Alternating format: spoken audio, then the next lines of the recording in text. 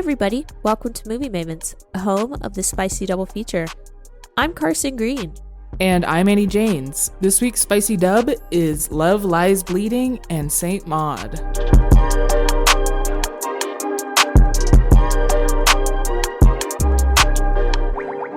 Wow, it sounded like Love Lies Bleeding is the wrong title, but I know that's right. It just sounds very strange out loud. When I typed it out, I was like, wait, what? That's just it is an irrelevant title, right? It's just there to be cool. I don't know. I mean, have you Googled Love Lies Bleeding? It's actually a plant, a really sick looking plant. Oh, no, I haven't. Not to brag, but I watched this movie twice. Wow, okay. I learned about the plant after the first watch, and so on the second watch, I was looking for it all over the movie, and I didn't see it. So, perhaps it is just quite irrelevant. Just a complete coincidence. The double feature here is that it's Rose Glass is the director. Yes, we got a female director, and we got female leads. We got lesbians. Yes. So much lesbians. Yeah. So many. Well, before we jump in, I just have quick business with our listeners here. Dear listener, I'm talking directly to you now. Annie isn't in the room with us anymore. She stepped outside. Annie and I would really love it if you would leave us a review.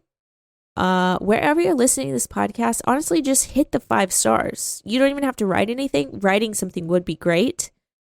But if you don't feel called to do that, I understand. Come back to it when you're in a different headspace. Take care of yourself. But pressing 5 stars on Spotify, super easy. 5 stars on Apple Podcasts, super easy. That would literally and sincerely mean the world to us. We want to grow this show. We want to grow the audience. We want to grow the Movie Mavens community. And this is one way that we're able to do it. Another way that we could do it would be for y'all to just share our podcast with a friend. Just send it to a homie. Honestly, this is how I find my podcasts. When I try to find other podcasts on like Spotify, it's not a great platform, I'm going to be real, to discover things. Yeah. It acts as if it has 10 movie podcasts total in existence. Yeah. And famous people are on most of them. So just send it to a friend would also help us grow our audience. And we would really, really appreciate it. Yeah, we so would. In fact, we would reward behavior like that. We would reward behavior like that. What the reward is, yet to be seen. But yeah, it will be seen soon. That's absolutely. all. That's all we'll say. Okay, let's jump into it, shall we?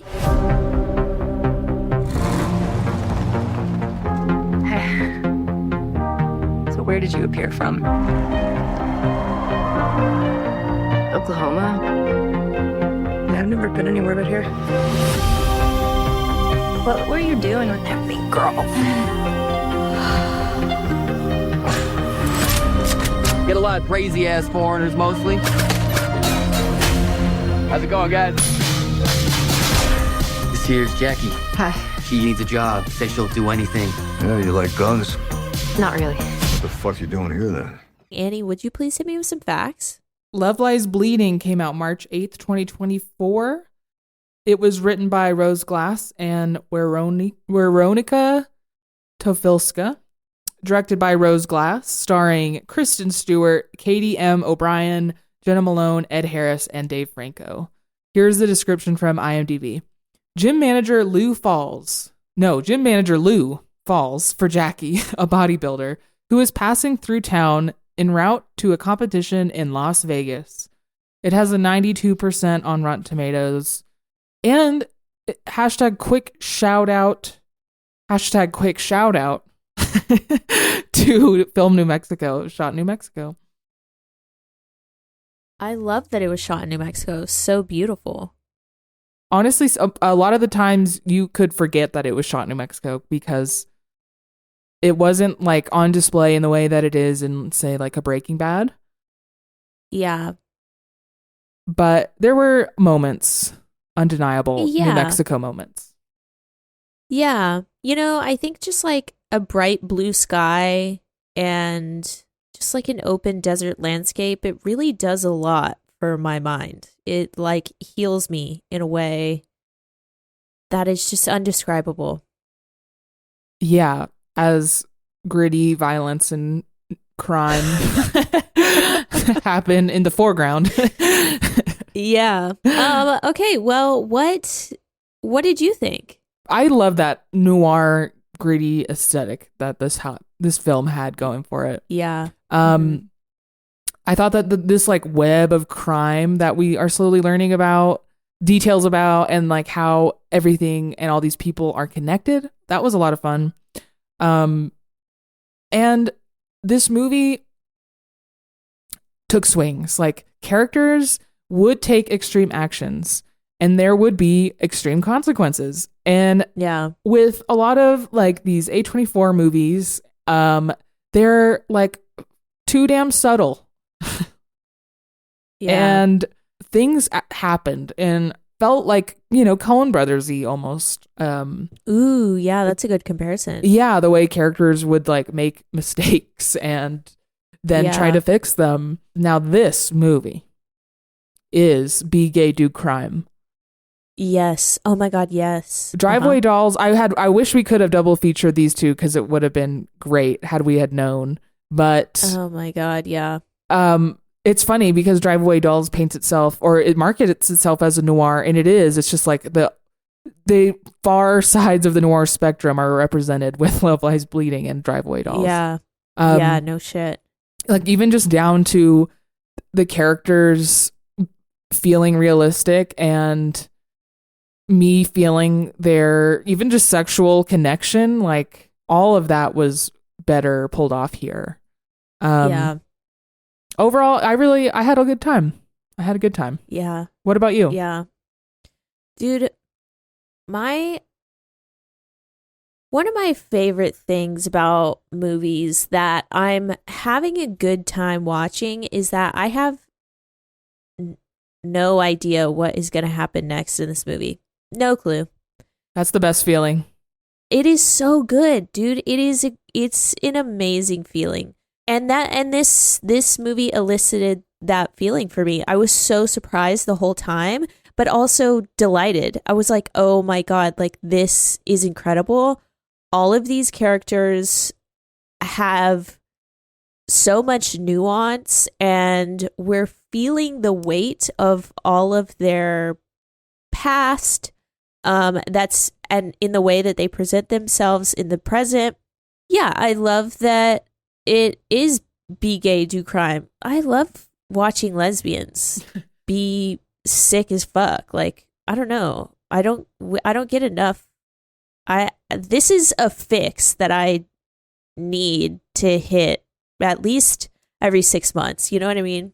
I mean, we got 2 in 1 month, and I'm glad that this one corrected for Driveway Dolls. Yeah. Yeah. Even this movie was unexpectedly funny. Yes. When the jokes first started hitting, it was like are we supposed to be laughing at this audience? That's kind of how it felt. Mm-hmm. And which I don't even remember what the jokes were. I just was like tonally, like, I don't know. There's some heavy things like Yeah. abuse, like physical abuse and stuff like that. The more the movie went on, I think the funnier it got. And the last third was Dude, extremely funny. out of this world. And I think that is like a rose glass thing because Yeah. I was picking up on that in Saint Maud. Yeah. Mm-hmm. So she, like, I don't know, her tone as a director is very interesting. And I really dig it. It was like one of my favorite things about the movie. Yeah. Yeah. It's funny you mentioned that. I have been quoting, and this is like it's such a niche quote because it's only one word, but I have been quoting when, okay, spoiler alert. we're gonna spoil the movie from now on. Spoiler alert, when later on in the movie, when Ed Harris, who plays Kristen Stewart's father, who is like this big arms dealer, potentially even a drug dealer, like just a very powerful crime man in the community, who had been previously working alongside Kristen Stewart, and she was played his kind of like sidekick, I Which guess is we could only say. implied in like a few shots, very roughly Yes. implied. Okay, and I want to talk to you about that in a second, but so we get finally there is a confrontation. The whole movie we're being pushed. There's this huge momentum to get them to kind of squash whatever rift they have going on between them, because it's established like probably almost immediately that they have an issue. I think within the first couple of scenes, maybe even in the first scene, whenever the FBI agent In the gym when he asks about her dad, Yeah. she's like, he's a piece of shit. And that is the first scene, yeah. Yeah. So there's this huge momentum the whole movie to get them to kind of figure out their problems. And towards the end of the movie, they're on the phone and she's had enough. He has just been controlling so much of her life, and he also just controls so much. He's just a very powerful person. And he says to her, "Are you threatening me?" And she takes like a beat and a half. Like she takes like almost 10 full seconds, and you feel the 10 full seconds, and the entire theater was laughing during that silence. And then afterwards she just said, "Yep." I think the crowd laughed at her line read too, right? Because it was kind of funny. Yeah, it was. Yeah, it was. And then immediately he just says, "Oh, that was stupid, honey." And then that line got another laugh. It's just like it's. But yet that's so deflating too. That was like, fuck. I thought that was gonna go better. Like that's how I felt. Yeah, but it was funny. Yeah. It was funny. It's just like little lines like that and like little moments like that were super, super funny. But I want to just go back to the red shots. Mm-hmm. So what you were alluding to earlier, these kind of flashbacks that we're getting, but they're not true full-fledged flashbacks. They're literally just glimpses that are painted in this red light. What did you think about that? I thought they were cool. That was giving me some of that noir vibe, and I liked that we would see them. You know, it would be on her mind, so we would see the flashbacks, and I liked learning more and more about them as the movie progressed. And it wasn't too much; it was just like enough to inform you of what's going on. Yeah. It reminded me, have you seen Zone of Interest yet? No, I haven't. Okay. Well, there's a couple of scenes in Zone of Interest where it's kind of like inverted, like the color gets literally inverted, and then so does the sound.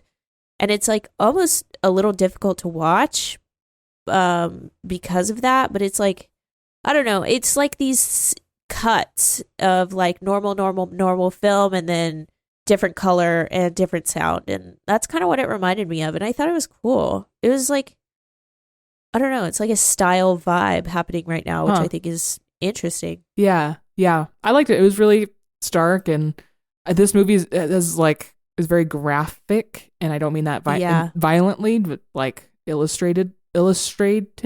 Not a word. You get me though. You get me. Yeah, I feel you.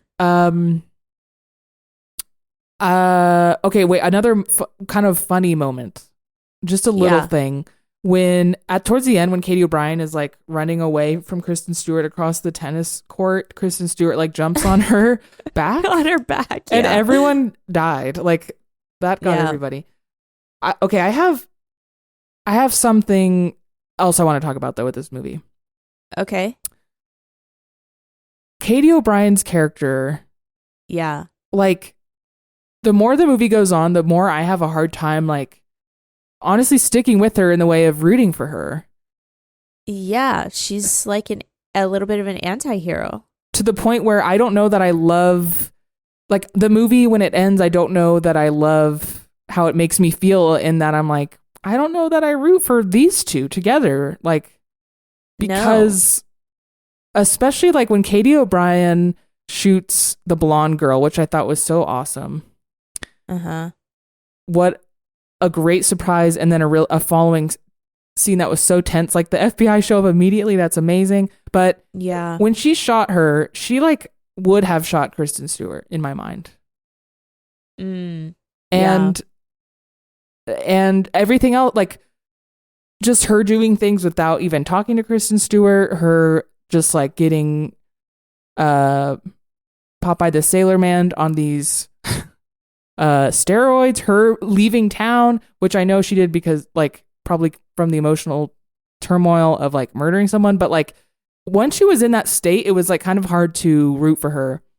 And then when I think back on her and being like, take the egg yolks out, I'm like, did I ever like her? Yeah. Like, what did she offer Kristen Stewart?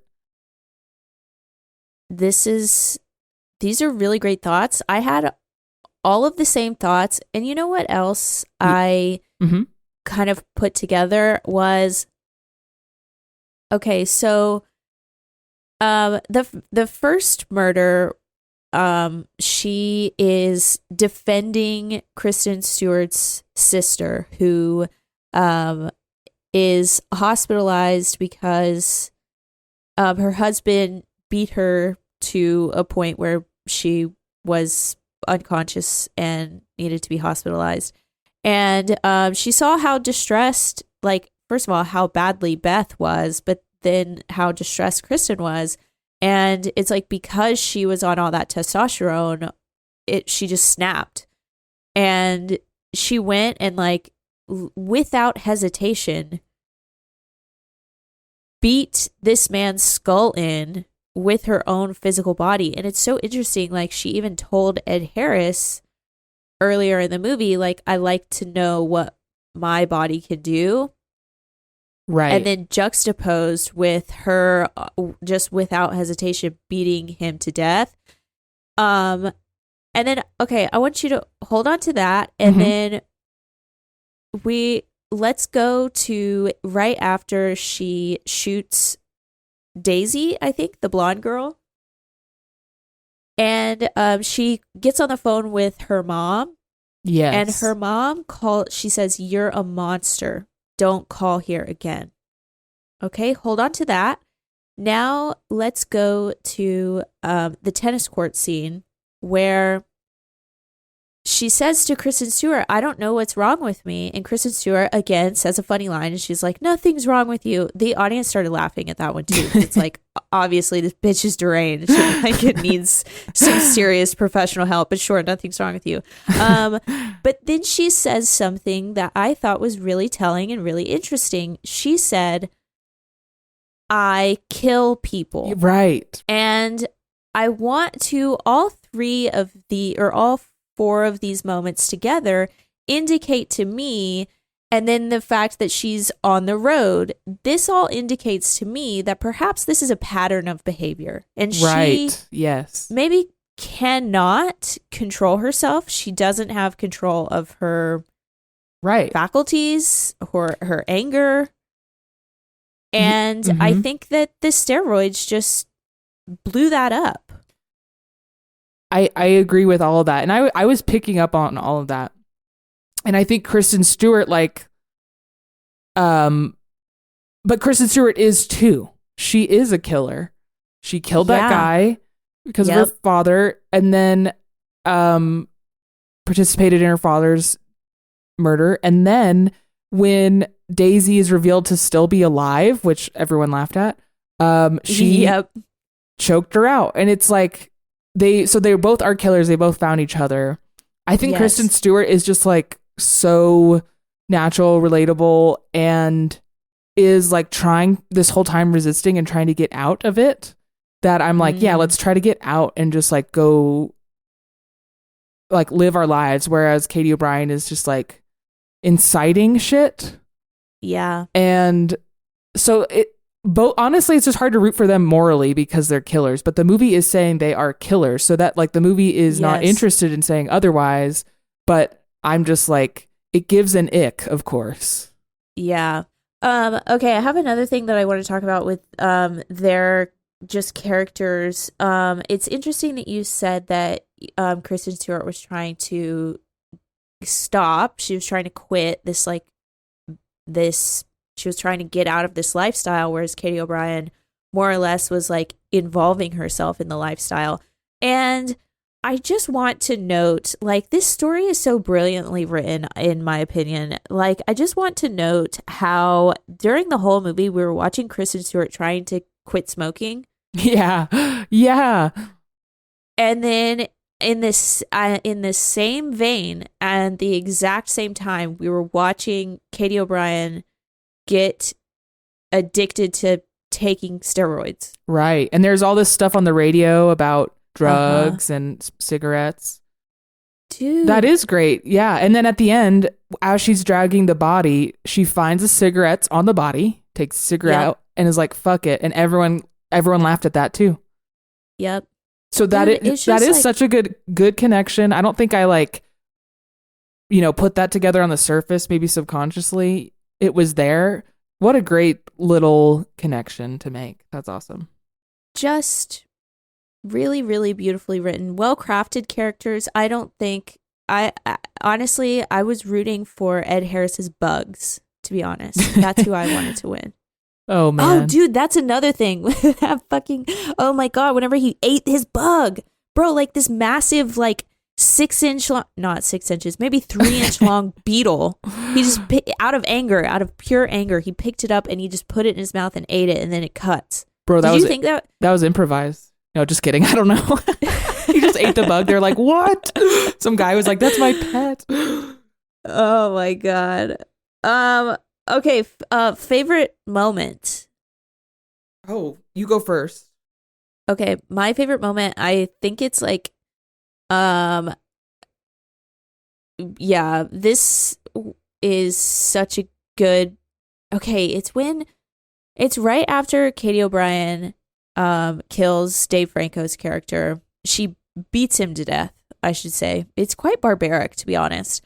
And then we get a wider shot of her just standing over the body, and his jaw, which is broken off of his face, swings up, and we get the shot of the jaw swinging on its hinge, and then Katie O'Brien just staring at him menacingly. That's my favorite moment. Oh my God. Is that sick of me to say? Yeah, I was literally about to call you a sicko. It was so just like, wow. Rose Glass, this is her craft, man. I don't know that I have a favorite moment, but I want to use my time instead, like, I feel like we would be remiss if we did not talk about Katie O'Brien, like, hulking out. Okay. Oh, yeah. Okay. Because I bet people are curious. I don't know. I bet people have opinions. To me, her becoming a giant woman. Earlier when she's like doing a bunch of steroids at her competition, which I was reminded of Little Miss Sunshine. Just again in her having to get there as well. But she is she's having all these like hallucinations and vomits up Kristen Stewart, but then we cut and she's just vomiting up vomit. Yeah. So that was like laying the tracks for me to be like, this girl is not seeing a part of reality all the time. Yeah. And so her being a giant woman is just more that. It's more her not dissociating, not being in reality, freaking out on these steroids, and her like being able to like pick Ed Harris up or hold him down is her, like, she used her own strength that she talked about, right? Yes. And to overpower him, and we just see it like played up with this giant woman metaphor. But it would like all of that probably happened just with her being a normal sized person. That is my interpretation. Yeah. Yeah. I mean, I think it's just like we get all of these shots throughout the movie of her veins busting up. We get all these like really intense sounds. The sound design on this movie is fucking insane. But we get all of these really intense sounds of her vein, like the blood in her veins rushing and her muscles growing. And I think, yeah, one of the climaxes of that was her at the competition. She's like, literally everyone looks like an alien. And yeah, I think you're right. She's like not seeing reality correctly. But I think all of those shots of her muscles were kind of her muscles growing, I think, was kind of laying the tracks, laying the groundwork for us to have this more fantastical moment of her growing. Right. Which I thought was fun. I think a lot of people, like, from what I understand, like, we're kind of split on whether or not they like the ending. I loved it. I thought it was fucking cool. And after seeing Saint Maud, it seems like this is Rose Glass's lane. Like, she literally, like, when I say this is her craft, like, she thought about that. She, like, really thought about that. Yeah, it's very similar. If it had, I thought it was going to end when they were running in the clouds and I was going to be upset. Yeah. It didn't end there. It told the whole story. And so it worked for me. I didn't love it. Didn't hate it. It worked. And that's really what matters. It was a choice, and this is a movie full of bold choices, I think, both by Rose and by the characters. I agree. Are you ready to give it a score? Yeah, this is my favorite movie that we've watched so far this year. It's a 10 out of 10 from me. Whoa, that's crazy. I'm giving it I'm between a 7 and an 8. I'll give it an 8. Okay. All right, Movie Maven score 9 out of 10. Love Lies Bleeding.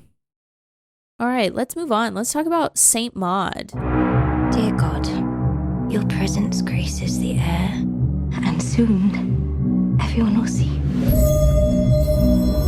Hi, you Maud? Yes, hi.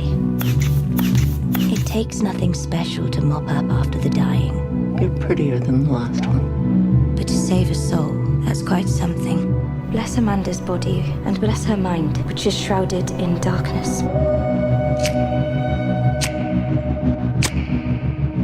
When you pray, do you get a response? Oh, it's like he's physically in me. Annie, would you please hit me with some facts? All right, this movie came out in 2019. It was written and directed by Rose Glass, starring Morfydd, probably saying her name wrong, Clark, and Jennifer Ale.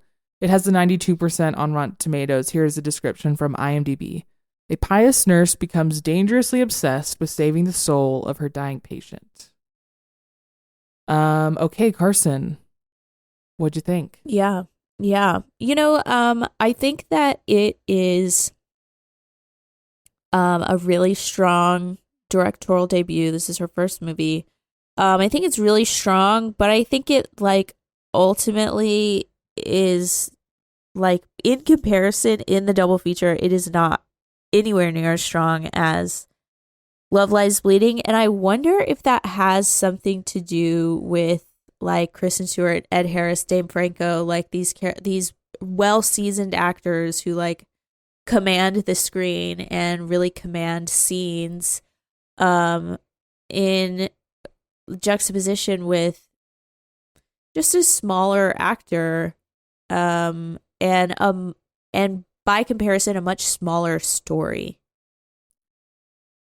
Yeah, I think it's everything. Like, I don't really think it's just the actors or even mainly the actors. I'm thinking the budget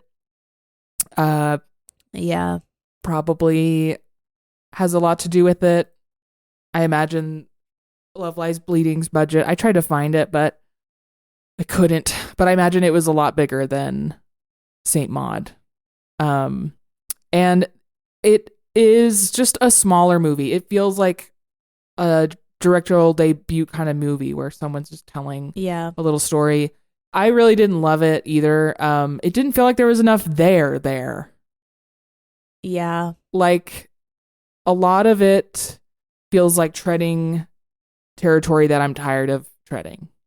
Yeah. Just like religious crazy girl and doing Yeah. little acts of nasty self-harm because it's a horror movie in the name Yeah. of the Lord, and a backstory where she's lashed out, and like it's just like pretty familiar territory to tread. By the time we were at the end and she was singing I Saw the Light, it was like memeable to me.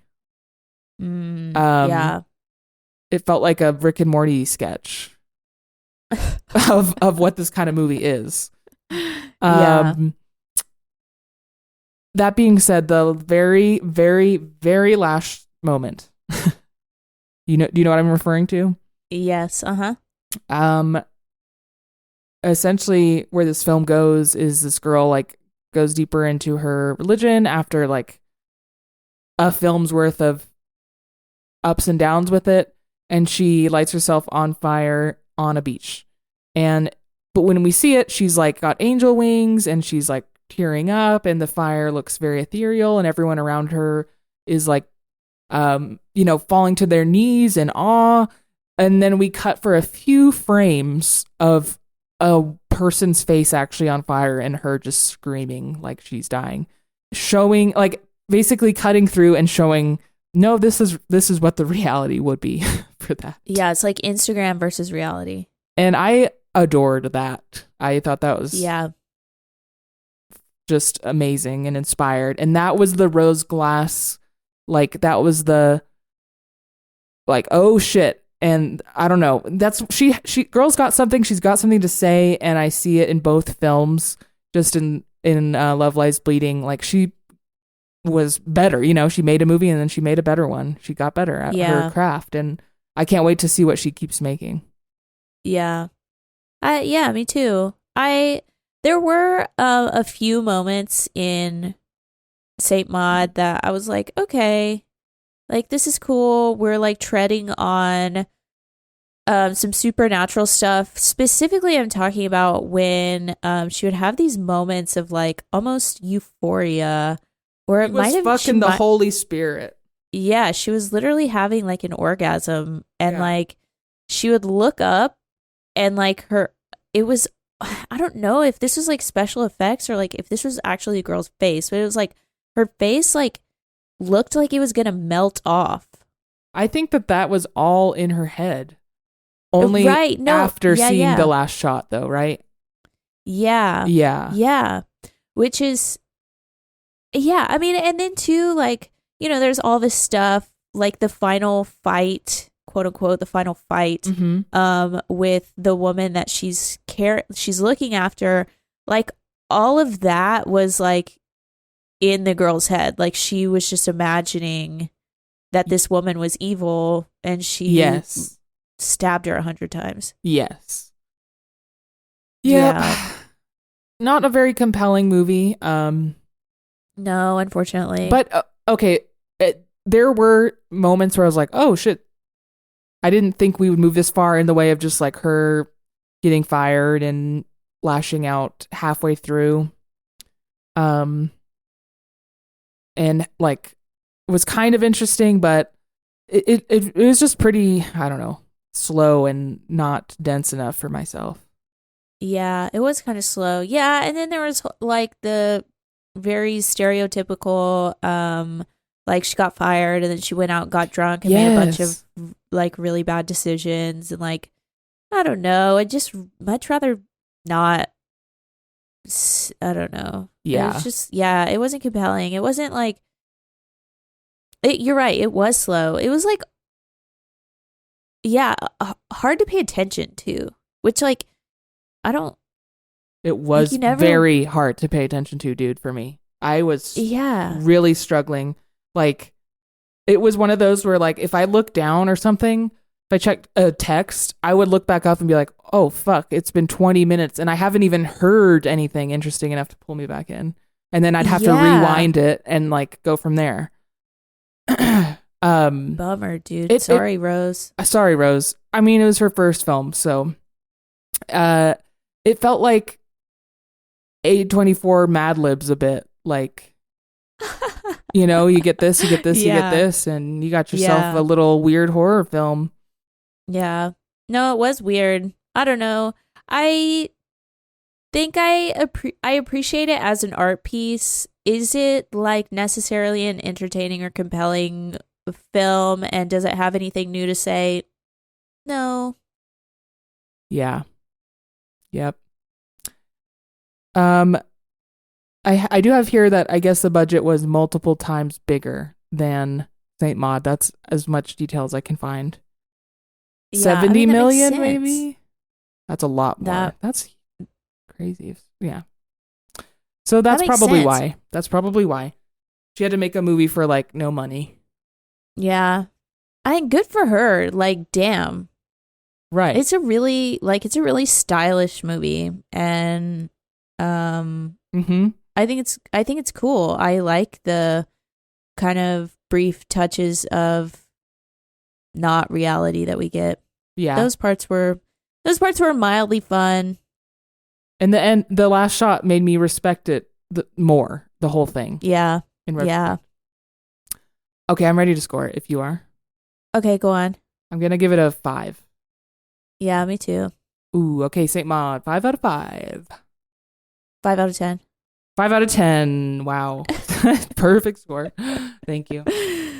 All right, folks, that is our show. If you have a recommendation for next week's Spicy Dub, send it to us on Instagram at Movie Mavens, or write us an email at moviemavenspodcast@gmail.com. And that is it. Movie Mavens all the way out.